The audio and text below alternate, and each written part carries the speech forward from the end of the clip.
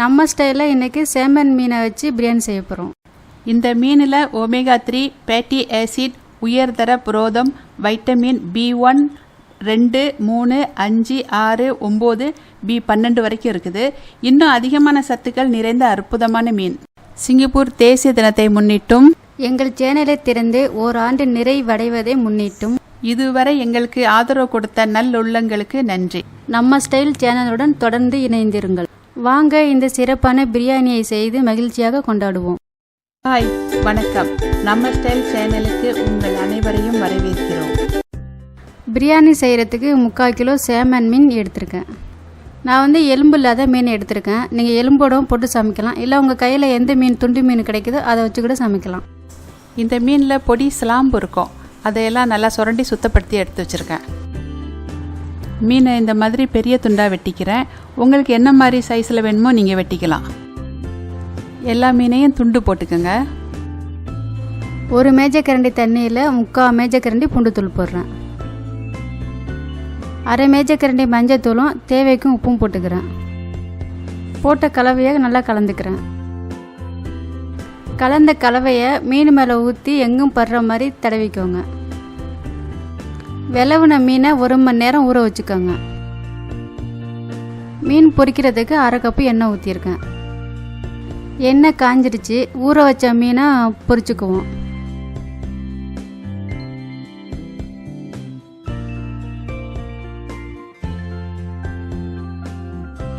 மொத்தத்துக்கு மீனை 1/2 வேக்காடை தான் வேகணும். இப்போ நான் திருப்பி போட்டுக்கிறேன். பொரிச்ச மீனை எடுத்துக்கோங்க. இதேமாரி எல்லா மீனையும் பொரிச்சு எடுத்துக்கோங்க.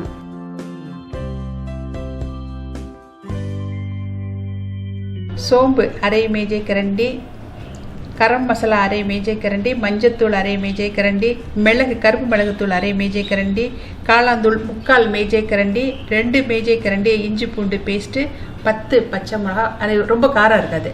ஒரு சிராய் புளி தட்டி வச்சுருக்கோம், 2ஆக வெட்டிட்டு.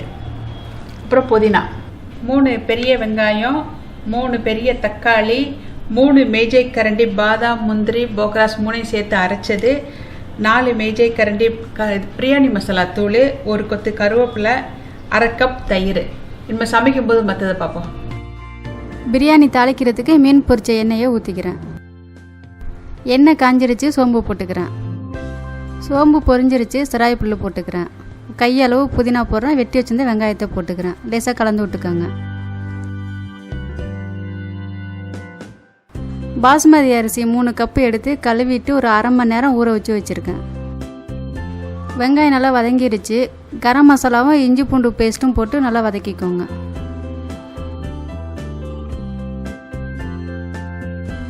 தக்காளியும் பச்சை மிளகாயும் போட்டு கிண்டி விட்டுக்கோங்க.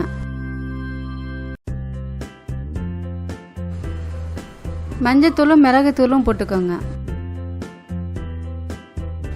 தேவைக்கு உப்பு போட்டு தக்காளியை குழைய விட்டுக்கோங்க.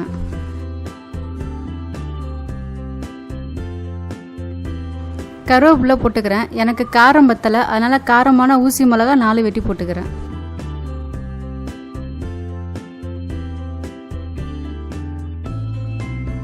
பிரியாணி மசாலா போட்டு கிண்டி விட்டுக்கோங்க.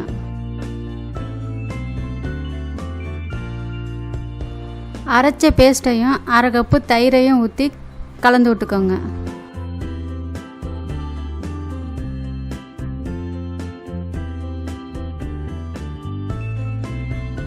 காளான் தூள் போட்டுக்கிறேன்.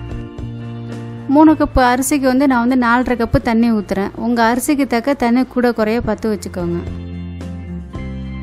தேவைக்கு உப்பு போட்டுக்கிறேன். 2 மேஜைக்கரண்டி எலுமிச்சை சாறு ஊற்றிக்கிறேன். கலந்து விட்டு கொதிக்க விட்டுக்கோங்க. கொதி வெந்துருச்சு. 1/2 வேக்காடு பொரிச்ச மீனை போடுறேன்.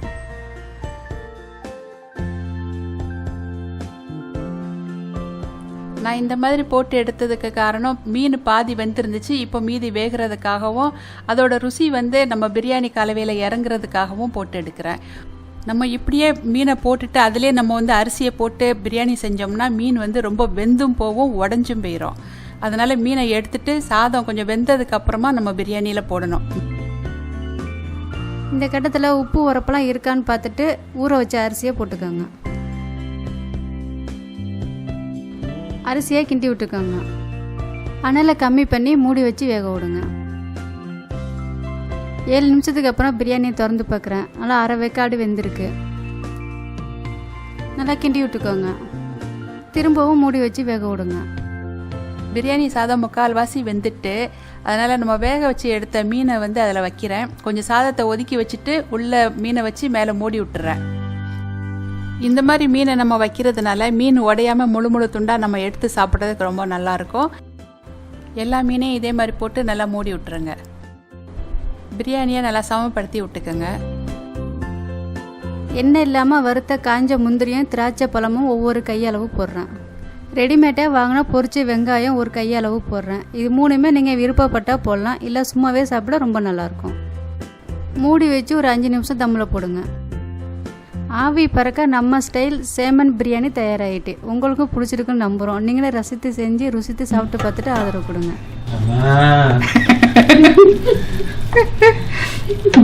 கத்துற மாதிரி தெரியுது. சாப்பாடு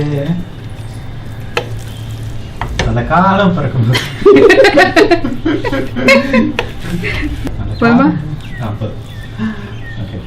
இந்த சேமன் பிரியாணியை நம்ம சும்மாவே சாப்பிட்லாம். நான் வந்து கேரட் பச்சடி செஞ்சு வச்சுருக்கிறேன். இந்த மீனில் ரொம்ப சத்துக்கள் அடங்கியிருக்கு. அது போக இந்த மீனில் வந்து தனித்தன்மையான ஒரு ருசி, ஒரு வாசம் இருக்கிறதுனால இந்த பிரியாணி வந்து ரொம்ப வித்தியாசமாக இருக்கும் சாப்பிட்றதுக்கு. நீங்களும் செஞ்சு பாருங்கள், சாப்பிட்டு பாருங்கள், ஆதரவு கொடுங்க. சிங்கப்பூர் தேசிய தினத்தை கொண்டாடும் அனைவருக்கும் நம்ம ஸ்டைலின் தேசிய தின வாழ்த்துக்கள். இந்த வீடியோ உங்களுக்கு பிடித்திருந்தால் லைக் பண்ணுங்கள், ஷேர் பண்ணுங்கள், கமெண்ட் பண்ணுங்கள், சப்ஸ்கிரைப் பண்ணுங்கள். பிறகு கீழே இருக்கும் பெல் பட்டனை அழுத்துங்கள். நம்ம ஸ்டைல் சேனலை பார்த்ததற்கு நன்றி.